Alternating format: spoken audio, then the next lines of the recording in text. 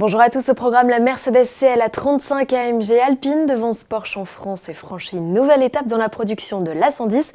Pour finir, Carlos Ghosn, ses avocats publient sa vidéo vérité.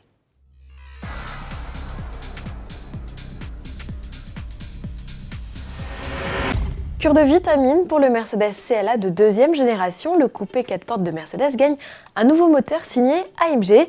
Il s'agit d'un 4 cylindres de litre turbo de 306 chevaux, le même qui équipe déjà la classe A berline. La mécanique est ici associée à une boîte double embrayage à 7 rapports ainsi qu'à une transmission intégrale Formatic Performance. Launch control, freinage renforcé, échappement sport et sélecteur de 5 modes de conduite sont aussi de la partie. Ainsi équipé, le CLA 35 AMG abat 0 à 100 km/h en moins de 5 secondes.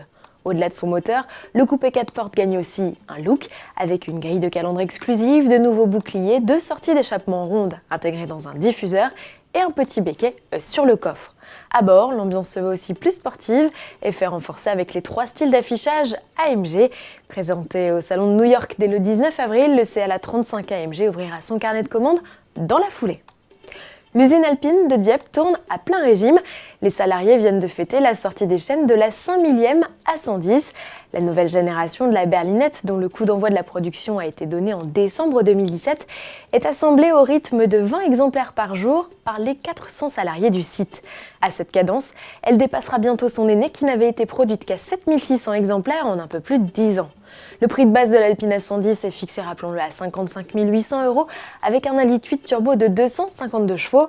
Moins puissante qu'une Porsche Cayman qui affiche 300 chevaux, elle se veut aussi performante. Alors à choisir, 718 Cayman ou A110, les Français préfèrent la petite sportive tricolore. Depuis le début de l'année 2019, il s'est vendu plus d'Alpine A110 que de Porsche 718 et même plus simplement de Porsche tout court. Sur les 3 premiers mois de l'année, Alpine se paie même le luxe de devancer Jaguar avec ses 847 immatriculations. Des résultats encourageants qui devraient motiver Alpine à étoffer sa gamme. La rumeur d'une A110 de 300 chevaux persiste toujours. On se quitte avec une vidéo, celle de Carlos Ghosn. C'est la première fois depuis le début de l'affaire que l'on entend officiellement l'ex-PDG du groupe Renault-Nissan. Anticipant un empêchement, il avait prévu de s'exprimer le 11 avril. Il a enregistré un film quelques heures avant sa seconde arrestation. Celui-ci a été diffusé par ses avocats ce 9 avril lors d'une conférence de presse au Japon. Carlos Ghosn, devant un mur blanc, s'exprime en anglais, très posément. Le dirigeant rappelle son engagement et son dévouement pour Nissan depuis 20 ans. Puis il dénonce. C'est une histoire de complot, de conspiration, de trahison. Sans citer de nom, ils ont été coupés au montage. Il accuse les dirigeants exécutifs de Nissan de s'être sentis menacés par ses projets pour le constructeur.